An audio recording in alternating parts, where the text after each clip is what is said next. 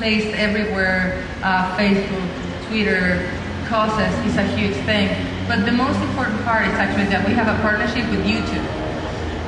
The size of this campaign is the size of a normal brand, campaign. We have more than 50 media partners that have donated more than 1 billion impressions for the 4 months of the campaign, from here until October 5. That's actually...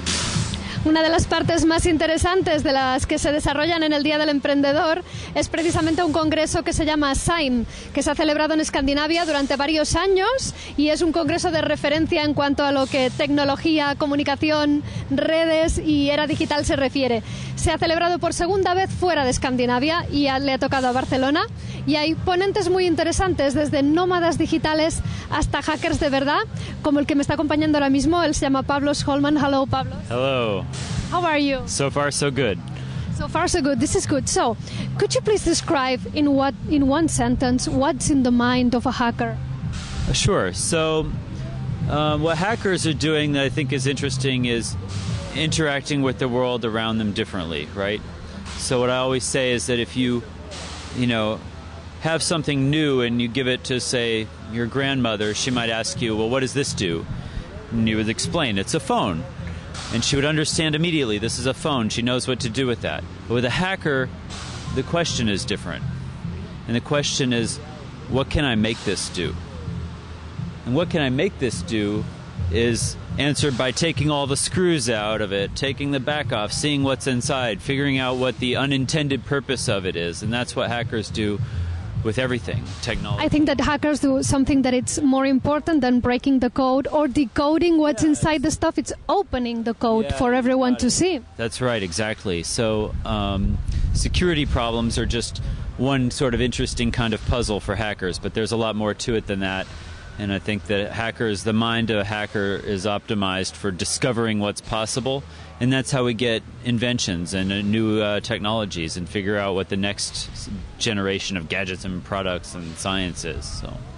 Do you think that nowadays the figure of the hacker is more accepted or understood by people in general? That is not this evil person? Yeah, not just criminals. I mean, there's certainly a little of both going on. But yeah, I think people are understanding that this is what we need if we're going to make any progress, is people to think differently, and hackers are particularly good at that. So, what can we try to hack in our everyday life?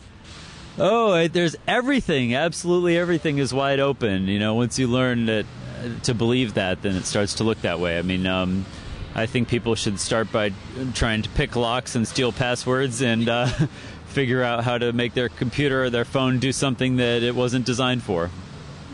I guess that it's one way to apply extreme creativity. Yeah, sure, I agree. I mean, I think for hackers, they're not really starting out with a set of rules. They're just starting out trying to figure out what's possible, and it's a different way of looking at everything around them. Thank you very much. My pleasure. Yeah. Bueno, pues Pablo lo que hace es animarnos a que hackeemos lo que tenemos a nuestro alrededor y que a veces los objetos cotidianos pueden servir para cosas que no nos habíamos imaginado.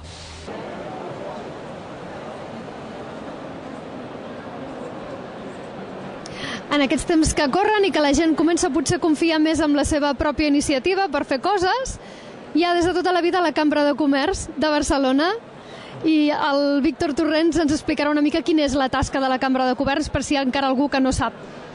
Bé, la Cambra de Comerç, com bé sabeu, té un doble objectiu, que per una banda és defensar els interessos generals de les empreses i per l'altra oferir serveis que puguin ser d'interès dels emprenedors i de les empreses.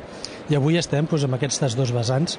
Estem per oferir i explicar quins són els nostres serveis adreçats als emprenedors i també perquè sàpiguen que a la Cambra estem treballant per aquelles problemàtiques que l'emprenedor i l'empresari es troba, poder-los anar donant sortida. Heu tingut més feina, potser, durant aquests temps que estan tan revolucionats econòmicament de tants canvis?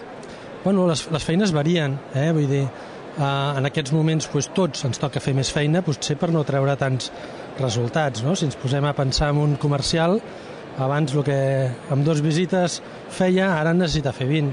Els temps són aquests, però el que no cal és no desmotivar-se i pensar que s'ha de lluitar. En aquests moments s'ha de lluitar. Si algú vol...